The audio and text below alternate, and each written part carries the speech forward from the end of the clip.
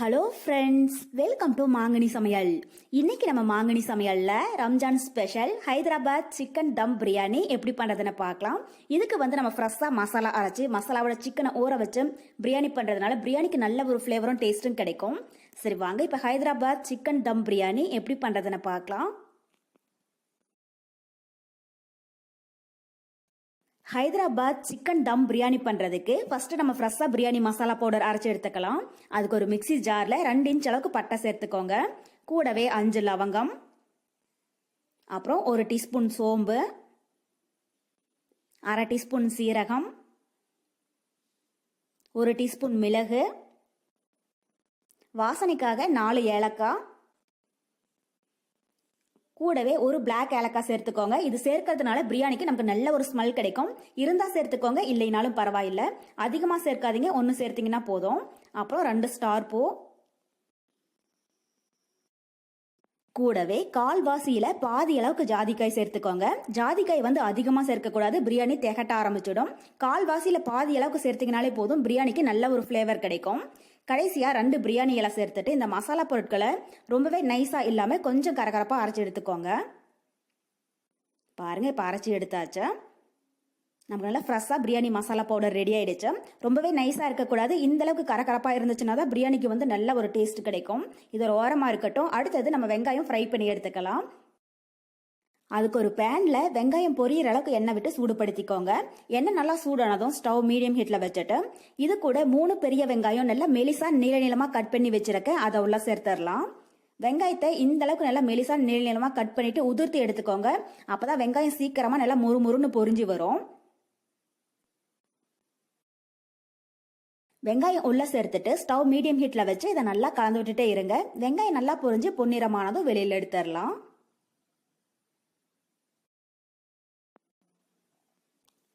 பாருங்க, இப்ப வெங்காயம் நல்லா பொன்னிறமா பொரிஞ்சு பபிள்ஸ் எல்லாம் ஒரு 90% அடங்க ஆரம்பிச்சிடுச்சு. ரொம்பவே கலர் மாறிடக்கூடாது, இந்த அளவுக்கு பொன்னிறமாச்சுன்னா போதும். இப்ப இந்த ஸ்டேஜ்ல வெளியில எடுத்துடலாம். இதே மாதிரி எல்லா வெங்காயத்தையுமே பொரிச்சு எடுத்துக்கோங்க.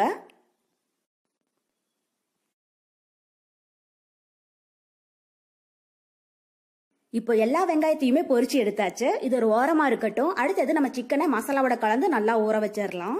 இன்னைக்கு சிக்கன் பிரியாணி பண்றதுக்கு 600 கிராம் அளவுக்கு சிக்கன் எடுத்திருக்கேன். 1/2 கிலோ பாஸ்மதி அரிசிக்கு 600 கிராம் அளவுக்கு சிக்கன் எடுத்திருக்கேன். சிக்கன் பிரியாணி டேஸ்ட் ரொம்பவே நல்லா இருக்கும். உங்களுக்கு 1/2 கிலோ அரிசிக்கு அதே அளவு சிக்கன் சேர்க்கறதா இருந்தாலும் சேர்த்துக்கோங்க. இப்ப இது கூட 2 டேபிள் ஸ்பூன் அளவுக்கு இஞ்சி பூண்டு விழுது சேர்த்துடலாம். கூடவே காரத்துக்கு 1 table spoon Kashmiri red chilli powder. இது வந்து காரம் குறைவா தான் இருக்கும், ஆனா பிரியாணிக்கு நல்ல ஒரு கலர் கொடுக்கும். அதனால நான் 1 டேபிள் ஸ்பூன் அளவுக்கு எடுத்திருக்கேன். கூடவே 1/4 டீஸ்பூன் அளவுக்கு மஞ்சள் தூள், 1 டீஸ்பூன் அளவுக்கு தனியாத்தூள், அப்புறம் நம்ம ஃப்ரெஷ்ஷா அரைச்சி எடுத்து வச்சிருக்கிற பிரியாணி மசாலா பவுடர் சேர்த்துடலாம். இது கூட 4 பச்சை மிளகாய். நம்ம ஏற்கனவே மிளகாய் தூள் சேர்த்திருக்கிறதுனால பச்சை மிளகாய் வந்து 4ல இருந்து 5 அளவுக்கு சேர்த்துக்கோங்க. இதுவே நமக்கு நல்ல காரம் கொடுக்கும். இப்ப இது கூட 1 கைப்பிடி அளவுக்கு புதினா மல்லி நல்லா பொடியா கட் பண்ணி வச்சிருக்கேன், அதை உள்ள சேர்த்துடலாம். அப்புறம் ஒரு பெரிய எலுமிச்சம்பழத்தோடைய ஜூஸ் சேர்த்துடலாம். இந்த பிரியாணிக்கு நம்ம தக்காளி எதுவும் சேர்க்க போறது கிடையாது. புளிப்பு டேஸ்ட்டுக்கு வந்து எலுமிச்சம்பழம் அப்புறம் தயிர் தான். அதனால ஒரு பெரிய எலுமிச்சம்பழத்தோடைய ஜூஸ் எடுத்துக்கோங்க, அளவு வந்து சரியா இருக்கும். சேர்த்துட்டு கூடவே நம்ம பொரிச்சு வச்சிருக்கிற வெங்காயத்துல 1/4 கப் அளவுக்கு சேர்த்துடலாம். அப்புறம் 2 டேபிள் ஸ்பூன் அளவுக்கு நெய்,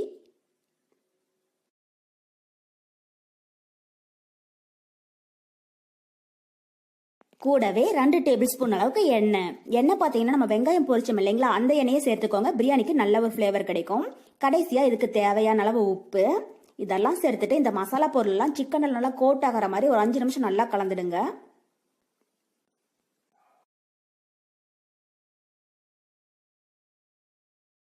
பாருங்க, இப்ப மசாலா பொருட்கள் எல்லாம் சிக்கன்ல நல்லா கோட் ஆயிடுச்சு. இப்ப இது கூட 1/2 கப் அளவுக்கு தயிர் சேர்த்துடலாம். தயிர் வந்து புளிப்பில்லாத நல்லா கெட்டியான தயிரை சேர்த்துக்கோங்க. சேர்த்துட்டு திரும்பவும் ஒரு 2 நிமிஷம் போல இதை நல்லா கலந்துடுங்க.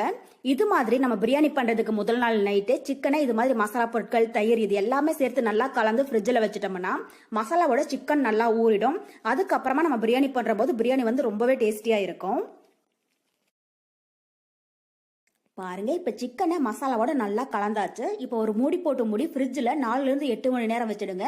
சிக்கன் பீசஸ் எல்லாம் மசாலாவோட நல்லா ஊறினதுக்கு அப்புறமா நம்ம பிரியாணி ரெடி பண்ண ஆரம்பிச்சிடலாம். உங்களுக்கு டைம் இருந்துச்சுன்னா 8 மணி நேரம் ஊற வச்சுடுங்க. டைம் இல்லை அப்படின்னா 4 மணி நேரம் ஊறிச்சுன்னா கூட போதும். பிரியாணி ரொம்பவே டேஸ்டியாக இருக்கும். இப்போ 4 மணி நேரம் ஃப்ரிட்ஜில் இருக்கட்டும். அதுக்கப்புறமா நம்ம பிரியாணி ரெடி பண்ண ஆரம்பிச்சிடலாம். இப்போ 4 மணி நேரம் சிக்கன் நல்லா ஊறினதுக்கு அப்புறமா நம்ம பிரியாணி ரெடி பண்ண ஆரம்பிச்சிடலாம். ஃபர்ஸ்ட் நம்ம பிரியாணி பண்றதுக்கு அரிசியை ஊற வச்சிடலாம். அதுக்கு ஒரு பாத்திரத்தில் 2 கப் அளவுக்கு பாஸ்மதி அரிசி சேர்க்கிறேன். இது பார்த்தீங்கன்னா 1/2 கிலோ அளவு சேர்த்துட்டு கூடவே கொஞ்சமா தண்ணி சேர்த்து 2 டைம் அரிசியை நல்லா கழுவிடுங்க. கழுவிட்டு 1/2 மணி நேரம் அரிசியை ஊற வச்சிடுங்க. அதிக நேரம் ஊற வச்சிட்டிங்கன்னா சாதம் வந்து உடஞ்சி போயிடும். 1/2 மணி நேரம் ஊறிச்சுன்னா போதும். அப்பதான் பிரியாணி வந்து ரொம்பவே டேஸ்டியா இருக்கும். சாதமும் நல்லா நீளமா இருக்கும். இப்போ அரிசி 2 டைம் கழுவியாச்சு. இது 1/2 மணி நேரம் நல்லா ஊறட்டும். அதுக்கப்புறமா நம்ம பிரியாணி ரெடி பண்ண ஆரம்பிச்சிடலாம்.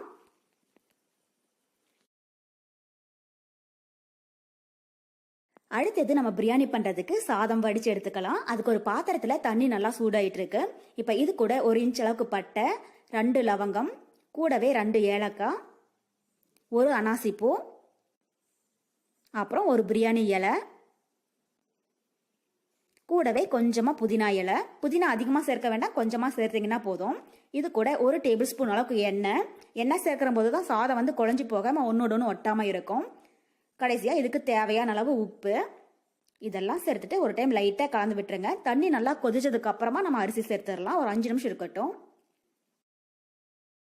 பாருங்க, இப்ப தண்ணி நல்லா கொதிக்க ஆரம்பிச்சிடுச்சு. இது கூட நம்ம ஊற வச்சிருக்கிற பாஸ்மதி அரிசியை தண்ணி எல்லாம் வடிச்சிட்டு உள்ள சேர்த்துடலாம். இது மாதிரி தண்ணி நல்லா கொதிச்சதுக்கு அப்புறமா தான் அரிசி சேர்க்கணும். அப்பதான் சாதம் வந்து உடஞ்சிடாம இருக்கும்.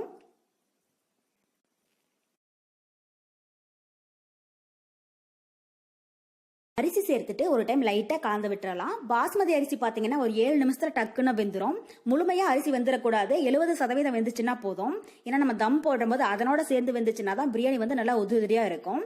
இது ஒரு 7 நிமிஷம் இருக்கட்டும். அதுக்கப்புறமா எப்படி இருக்குன்னு பார்க்கலாம். பாருங்க, இப்ப பிரியாணிக்கு சாதம் ரெடி ஆயிடுச்சு. சாதம் வந்து ஒரு 70% வெந்து வந்திருக்கு. சாதத்தை எடுத்து கையில நெசுக்கி பாத்தீங்கன்னா கொஞ்சமா அரிசி இருக்கிற மாதிரி இருக்கணும். பாருங்க, இது மாதிரி இருக்கணும். அப்பதான் நம்ம தம் போடும்போது அதனோட சேர்ந்து நல்லா வெந்து வரும். இப்ப சாதத்தை தண்ணியிலிருந்து வடிச்சு தனியா எடுத்து வச்சுக்கோங்க. அடுத்தது நம்ம பிரியாணி ரெடி பண்ண ஆரம்பிச்சிடலாம். அதுக்கு ஒரு அடிகனமான பாத்திரத்துல 1 டேபிள் ஸ்பூன் அளவுக்கு எண்ணெய் சேர்த்துக்கோங்க. எண்ணெய் நல்லா சூடானதும் இது கூட நம்ம ஊற வச்சு எடுத்திருக்கிற சிக்கன் பீசஸை உள்ள சேர்த்துடலாம்.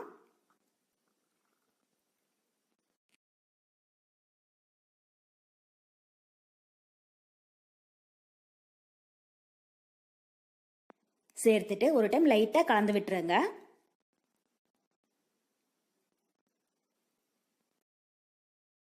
கலந்ததுக்கு அப்புறமா இது கூட நம்ம சாதம் வேக வச்ச தண்ணியை 1/2 கப் அளவுக்கு உள்ள சேர்த்துடலாம். சிக்கன் தண்ணி விட்டுச்சுன்னா இது எதுவும் சேர்க்க வேண்டாம். சிக்கன் தண்ணி விடல அப்படின்னா மட்டும் சாதம் வேக வச்ச தண்ணி 1/2 கப் அளவுக்கு சேர்த்துக்கோங்க. சேர்த்துட்டு ஒரு டைம் நல்லா கலந்து விட்டுறலாம்.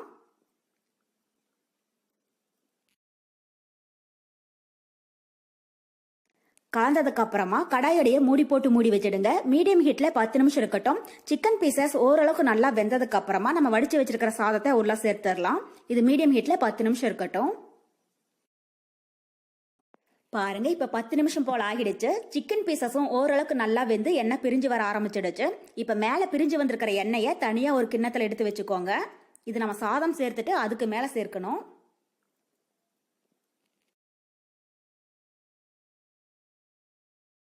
இது மாதிரி பிரிஞ்சு வந்திருக்கிற எண்ணெய் பிளஸ் கிரேவியும் சேர்த்து 1/4 கப் அளவுக்கு எடுத்து வச்சுக்கோங்க. இது ஒரு ஓரமா இருக்கட்டும்.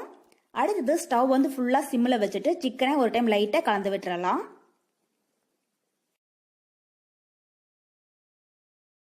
இப்ப இதுக்கு மேல நம்ம வடிச்சு வச்சிருக்கிற சாதத்தை ஒரு லேயர் அளவுக்கு மேல சேர்த்துடுங்க. சாதத்தை 2 பேட்சா பிரிச்சுட்டு பாதி இப்ப சேர்த்துக்கோங்க. இதுக்கு மேல தேவையான பொருட்கள் எல்லாம் சேர்த்துட்டு அதுக்கப்புறமா மீத சாதத்தை சேர்த்துடலாம். ஒரு லேயர் அளவுக்கு சாதம் சேர்த்துட்டு இதுக்கு மேல நம்ம பொரிச்சு வச்சிருக்கிற வெங்காயத்தை பாதி அளவுக்கு மேல தூவி விட்டுறலாம். இது மாதிரி நம்ம வெங்காயத்தை பொரிச்சு சேர்க்கிற போதுதான் ஹைதராபாத் பிரியாணிக்கு நல்ல ஒரு ஃபிளேவரும் டேஸ்டும் கிடைக்கும். வெங்காயம் சேர்த்துட்டு கூடவே நம்ம வடிச்சு வச்சிருக்கிற எண்ணெய் பிளஸ் கிரேவி அதையும் சேர்த்துடலாம். சேர்த்துட்டு இதுக்கு மேல கொஞ்சமா புதினா மல்லி நல்லா பொடியா கட் பண்ணி வச்சிருக்கேன், அதை தூவி விட்டுறலாம். புதினா மல்லி அதிகமா சேர்க்க வேண்டாம். ஃபர்ஸ்ட் நம்ம சிக்கன் மேக்னேட் பண்ற போது தேவையான அளவு சேர்த்துட்டோம். இப்ப வந்து கொஞ்சமா சேர்த்தீங்கன்னா போதும். இப்ப இதுக்கு மேல நம்ம மீதி இருக்கிற சாதத்தை இன்னொரு லேயர் சேர்த்துடலாம். சேர்த்துட்டு இதுக்கு மேலேயும் அதே மாதிரி நம்ம பொரிச்சு வச்சிருக்கிற ஃப்ரைட் ஆனியன், அப்புறம் பொடியா கட் பண்ண கொஞ்சம் புதினா மல்லி தூவி விட்டுறலாம்.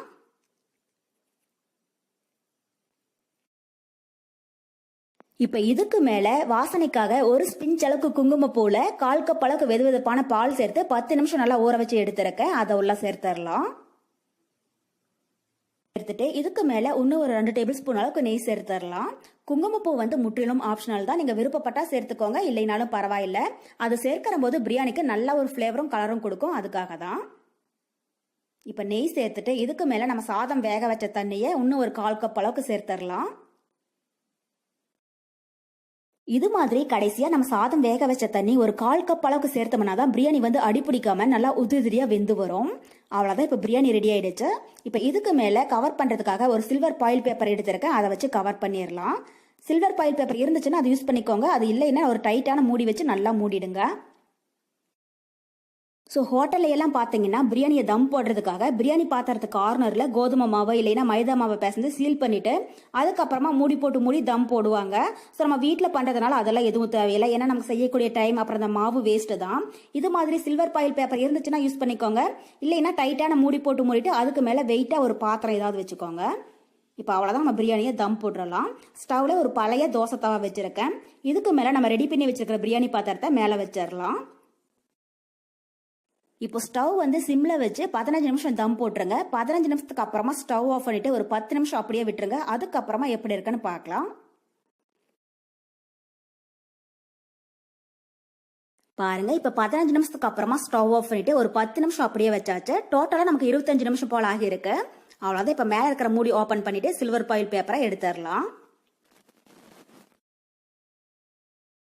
இப்ப சாதம் உடஞ்சிடாம லைட்டா இதை எடுத்து பரிமாறிடலாம். நம்ம நார்மல் பிரியாணி மாதிரி இந்த பிரியாணியை கலந்து விட்டுறக்கூடாது. ஸோ அடியிலிருந்து எடுத்தீங்கன்னா இது மாதிரி லேயர் மாதிரி வரும். பாருங்க, பிரியாணி கொஞ்சம் கூட குழையவே இல்லை, நல்லா ஒன்னோட ஒன்று ஒட்டாம உதிரியா ரொம்பவே சூப்பரா வந்திருக்கு. சிக்கன் பீசஸும் நல்லா சாஃப்டா வெந்து வந்திருக்கு. பார்க்கறதுக்கே ரொம்பவே கலர்ஃபுல்லா சூப்பரா இருக்கு. இதை நம்ம பரிமாறிடலாம்.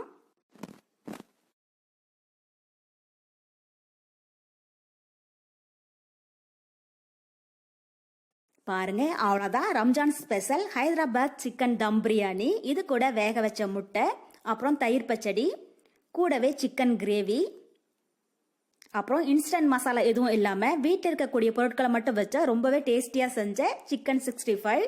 இதனுடைய ரெசிபி லிங்க் வந்து நான் கீழே டிஸ்கிரிப்ஷன் பாக்ஸில் கொடுக்குறேன், எப்படி பண்ணுறதுன்னு செக் பண்ணி பார்த்துக்கோங்க. இது கூட கொஞ்சமாக ஆனியன் அப்புறம் லெமன். அவ்வளோதான், நம்ம Ramzan special recipe Hyderabad chicken dum biryani ரொம்பவே சூப்பராக ரெடி ஆயிடுச்சு. நீங்களும் இந்த ரெசிபியை செஞ்சு பார்த்துட்டு எப்படி இருக்குன்னு கமெண்ட் பாக்ஸில் சொல்லுங்க. என்னுடைய இந்த ரெசிபி வீடியோ உங்களுக்கு பிடிச்சிருந்தா மாங்கனி சமையலுக்கு சப்ஸ்கிரைப் பண்ணுங்க. அனைவருக்கும் இனிய ரமலான் நல்வாழ்த்துக்கள்.